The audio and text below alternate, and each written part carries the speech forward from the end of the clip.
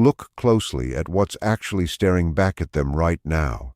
And what they see isn't the strong, independent person they spent so long convincing themselves they'd become. What they see is a frightened soul who traded something irreplaceable for the illusion of protection, who sacrificed real connection on the altar of ego and self-preservation. The mirror of their own absence has shown them, with brutal clarity, exactly what they lost the moment they let you go. And that reflection has become so unbearable that staying away now costs them more than the risk of finally reaching out ever could. It costs more than whatever rejection might be waiting for them if they finally speak the truth out loud. The truth they've been suffocating underneath layer after layer of false composure for longer than anyone around them realizes.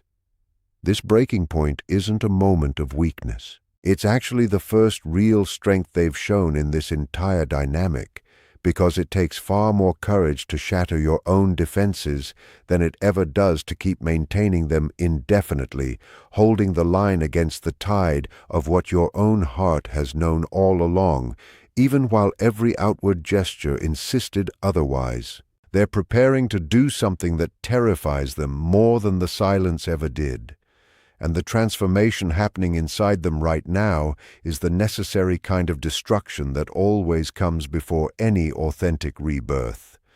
They are gathering courage for something big, something that lives far beyond the world of casual texts or strategic little social media gestures designed to quietly test the waters without ever risking their ego in the process. What they're preparing isn't a breadcrumb.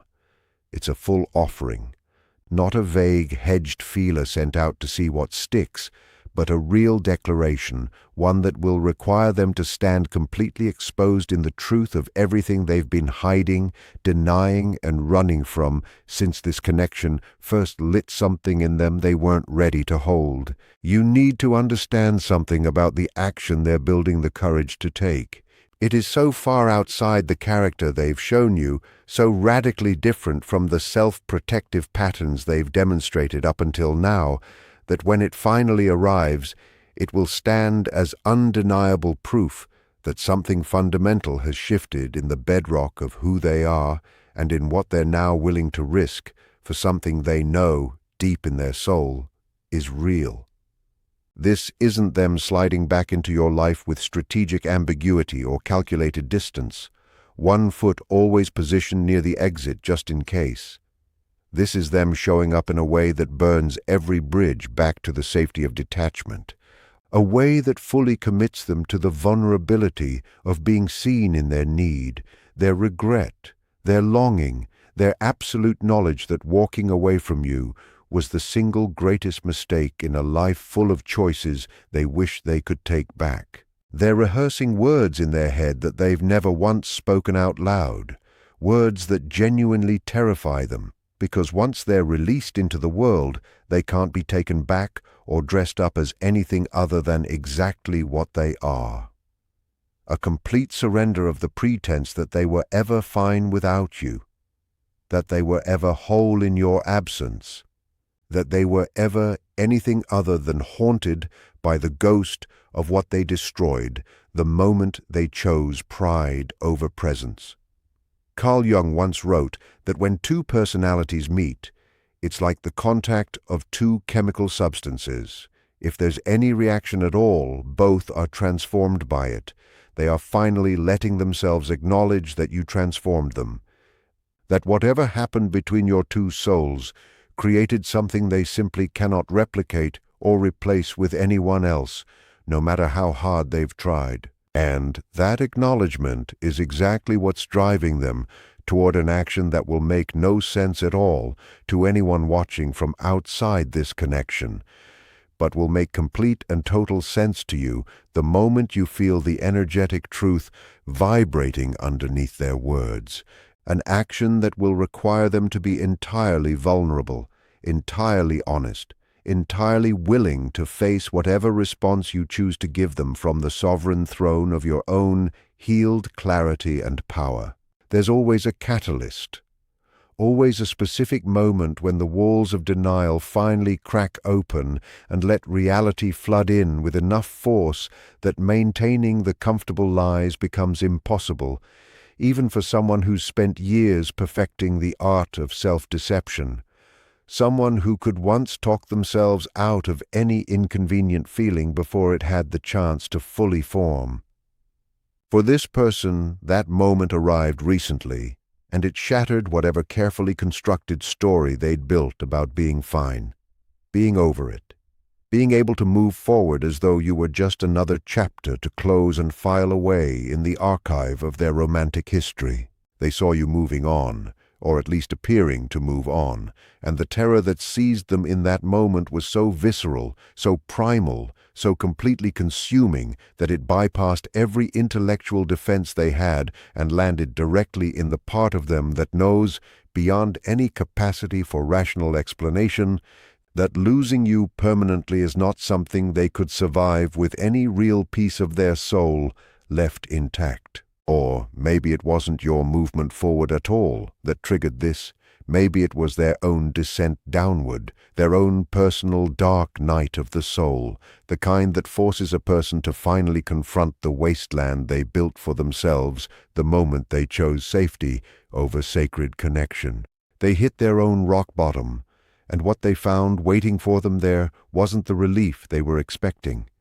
It was only the hollow, echoing emptiness of a life constructed entirely around avoiding the exact vulnerability that makes living worth anything at all, and in that darkness they finally stopped fighting the truth they'd been resisting from the very beginning, that you are not replaceable, not forgettable, not someone they can simply move past as though this connection was ever ordinary or superficial, or anything less than the singular recognition it has always been, underneath every attempt they made to shrink it down into something more manageable. Whether this catalyst came from watching your freedom or from living through their own devastation, it cracked something open in them that cannot be sealed back shut again. The timing is divine, not because the universe organizes itself around your preferred schedule, but because real breakthroughs in consciousness require exactly the right conditions to occur, and those conditions have finally lined up in a way that makes their continued resistance more painful now than their fear of vulnerability ever was. They're being pushed by forces they can't fully name toward an action they can no longer avoid, and the momentum is carrying them directly toward the moment when they'll have to risk everything they've spent so long protecting in order to reclaim what they know, deep down, they lost. Jung wrote about the shadow as the part of ourselves we reject, deny, and project onto others, because we simply cannot bear to acknowledge it living within our own psyche, and this person has been locked in an unconscious wrestling match with their own shadow, one that couldn't be avoided or bypassed if any genuine transformation was ever going to take place. They had to face their own demons before they could face you, had to sit with the parts of themselves they found most unacceptable, most shameful, most unlovable, and finally recognize that these were precisely the rejected fragments that drove them away from love the first time it was ever offered to them without conditions or demands attached. You cannot meet love with an unhealed heart. You cannot show up fully in a sacred connection while you're still carrying unexamined wounds, quietly dictating your every move from the hidden corners of your own unconscious programming. And they are discovering, in real time, exactly what it means to integrate what was once split apart, to own what was once denied, to embrace what was once feared. This kind of shadow work isn't pretty. It isn't linear. It doesn't happen on some convenient timeline designed to respect your patience or their pride. It's brutal and disorienting, and it strips away every comfortable identity they used to hide behind, everything that once shielded them from their own pain, their own longing, their own terror of being fully seen and rejected for exactly who they really are. They've had to sit with their own patterns of abandonment, their tendencies toward emotional unavailability, their addiction to control, their fear of surrender, their habit of leaving before they could be left, of pulling away the instant something started to feel too real, too close, too much like the kind of love that could actually undo them if it were ever allowed to fully land. And in choosing to finally sit with all of these disowned parts of themselves, they've begun the slow, alchemical process of turning lead into gold, shadow into light, fragmentation into something whole. The person who is preparing to reach out to you now is not the same person who walked away from you back then, because in a very real sense they've had to die to who they were in order to be born into who they're actually capable of becoming once they've finally stopped running from their own depth. What you're being invited to witness here isn't just a relationship finding its way back together, it's a soul's complete metamorphosis, from defended to open, from fragmented to integrated, from fear-driven to love-led. This has been the hidden initiation that had to happen quietly, out of view, before anything real could ever manifest in the visible world, and it's very nearly complete now. It might arrive as a letter written in their own handwriting, words carefully chosen and rewritten a dozen times over because they know they'll only get one real chance to say what they've finally found the courage to admit. It might come as a phone call at some unexpected hour when their resolve is running high and their defenses have finally dropped low enough to let something true through. Their voice will carry the unmistakable tremor of someone standing on the edge of everything they fear and choosing to jump anyway, straight into the terrifying unknown of complete honesty. It might show up as them appearing in person, somewhere they know you'll be, their physical presence itself becoming the ultimate statement that they're willing to be uncomfortable, willing to be vulnerable, willing to risk public embarrassment and private rejection if that's what speaking their truth ends up requiring of them in this moment. Whatever shape it takes, you'll recognize it instantly by the energy behind it, the unmistakable signature of genuine vulnerability rather than strategic manipulation. These will be words they've never said to you before, words that cost them something real to speak, because they reveal needs they were taught to hide, feelings they were conditioned to suppress, desires they learned early on to deny in order to keep up the appearance of self-sufficiency and emotional independence. What you'll hear in their communication won't be the usual casual testing of the waters.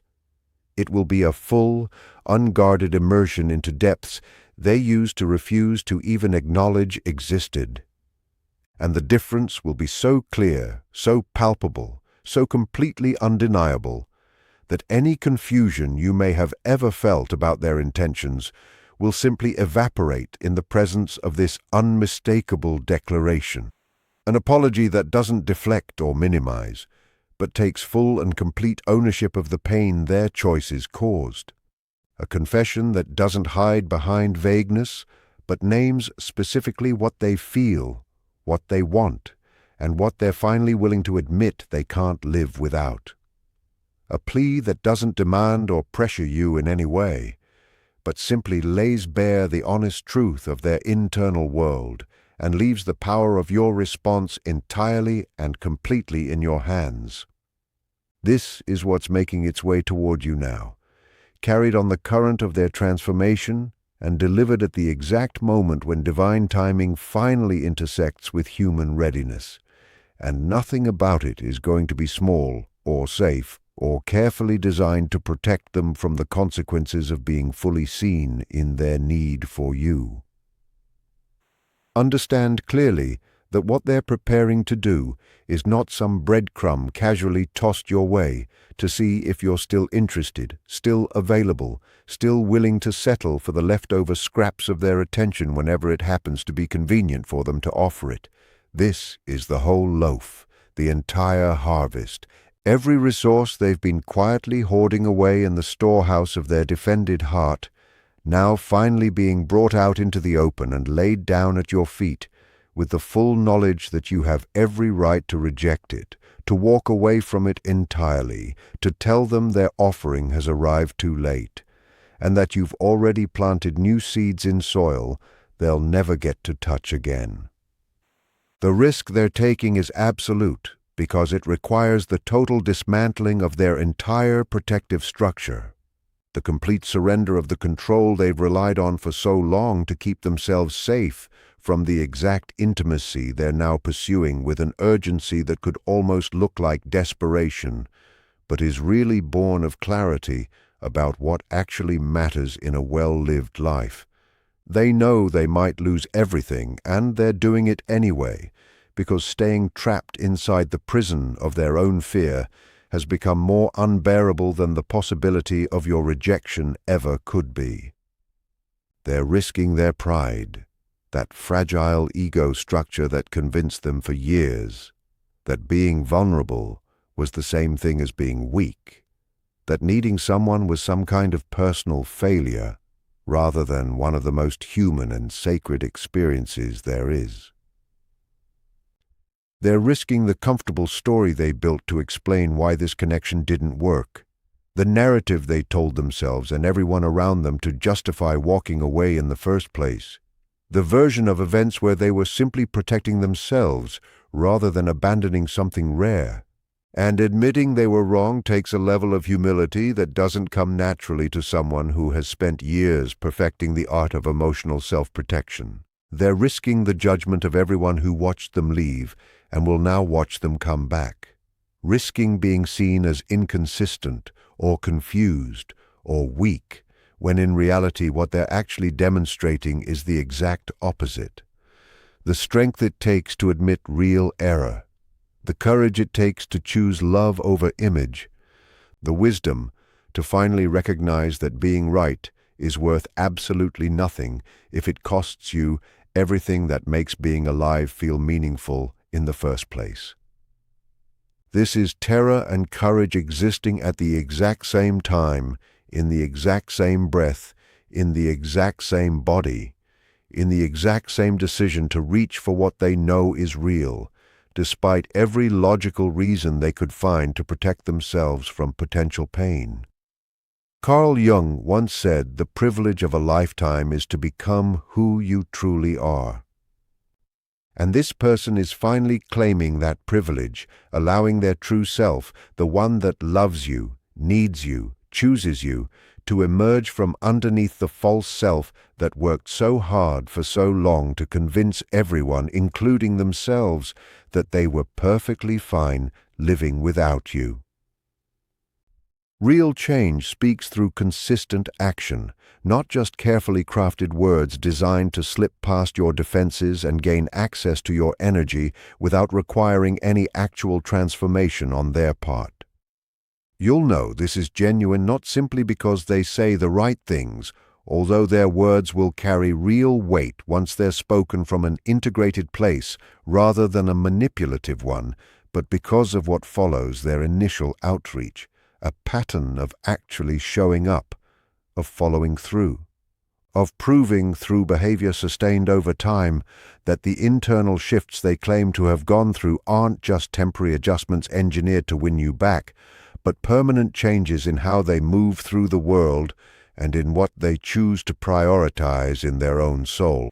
Pay attention to the energy underneath their communication. Is it trying to take something from you? Or is it genuinely trying to offer you something? Does it demand instant forgiveness? Or does it respect your need for time and space to figure out whether this is even safe for you? Does it center their own comfort? Or does it honor your right to choose whatever serves your highest good, regardless of what that choice costs them personally? Authentic change reveals itself through humility, through patience, through a real willingness to do whatever it takes to rebuild trust, without any sense of entitlement to your automatic forgiveness just because they've finally decided to acknowledge what was always true. It shows up in their capacity to sit with your anger, if anger is what you're feeling, with your uncertainty, if uncertainty is what's there, with your boundaries, if boundaries are what you need, all without trying to rush you past whatever legitimate emotional response you're having, because their own discomfort with your process matters less than your right to feel everything you need to feel about what they put you through. Real transformation means they no longer need you to manage their emotions or protect their ego for them, no longer require you to make this easy on them when nothing about their absence was ever easy on you, no longer expect you to meet them with open arms when they've earned your caution through their own past choices to prioritize their fear over your connection. If you're waiting for something real and not for games, let that be exactly what you hold on to here. Because your own discernment is the sacred guardian protecting your energy from anyone who might use spiritual-sounding language to manipulate you, as opposed to someone who actually embodies those spiritual principles through their real, sustained behavior over time. You are not obligated to accept whatever they're offering, not required to forgive what's already been done, not responsible for making their journey of transformation any easier by immediately rewarding their growth with access to your heart before you've had enough time and enough real evidence to determine whether this shift is actually sustainable or just another temporary adjustment that dissolves the moment they feel secure in your presence again. You are allowed to say, "Not yet," allowed to say, "I need more time to see whether your actions actually match your words." Allowed to say, "I need space to feel into whether my soul genuinely wants this reunion or whether my mind is simply romanticizing something that was never quite as healthy as I wanted it to be." You are allowed to say, "Not ever." Allowed to recognize that sometimes love simply isn't enough, when certain patterns of behavior have caused damage that can't be repaired, even with the best intentions and the most sincere apologies in the world. Allowed to choose your own peace over their redemption arc, if that's what your own inner knowing tells you, truly honors your worth and protects your well-being most completely. But you are also allowed to forgive and try again if forgiveness feels true rather than pressured. If trying again comes from a genuine desire rather than a fear of being alone, or a worry that you'll regret not giving them another chance. You're allowed to believe in their transformation if the evidence genuinely supports that belief. Allowed to open your heart if opening feels expansive rather than constricting. Allowed to receive what they're offering if receiving it aligns with your highest path and actually serves your growth, rather than simply soothing your loneliness or feeding your ego's need to be chosen again after being the one who was left. Both responses are entirely valid because you are the sovereign authority over your own life. The only one who gets to determine what's actually right for your journey. And nobody outside your own soul gets to dictate whether choosing them or releasing them is the choice that leads you toward the most authentic expression of who you came here to become. This moment isn't really about them, or their needs, or their timeline for resolution. This moment is about you claiming your own power to decide what you'll allow into your sacred space and what you will, lovingly but firmly, keep outside of it. This isn't years away. It isn't some distant possibility living only in the realm of hopeful fantasy while you wait indefinitely for movement that might never actually come. This is close. So close that if you pay attention to the subtle shifts in the energy around you, the synchronicities that have started appearing with increasing frequency, the way your thoughts of them have intensified recently despite every attempt you've made to focus elsewhere, you'll recognize that the momentum has already begun, and all that remains now is the final closing of distance between intention and manifestation. Watch for signs over the coming days and weeks that confirm what you already feel in the part of you that doesn't need logical proof to know something is true. Repeated numbers showing up right when you happen to be thinking of them. unexpected references to things that carry specific meaning inside your connection. Dreams that feel more like visitations than ordinary random processing. A sudden sense that you should be in a certain place at a certain time, for reasons you can't fully explain, but somehow know you need to follow anyway.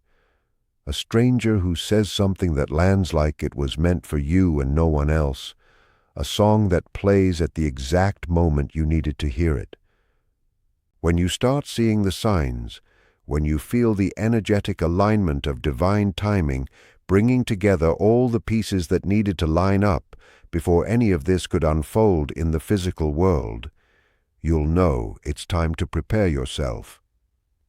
Not by rehearsing what you'll say or do in response, but by grounding yourself in the clarity of who you are, what you deserve, and what you will and will not accept, no matter how long you've longed for this exact moment.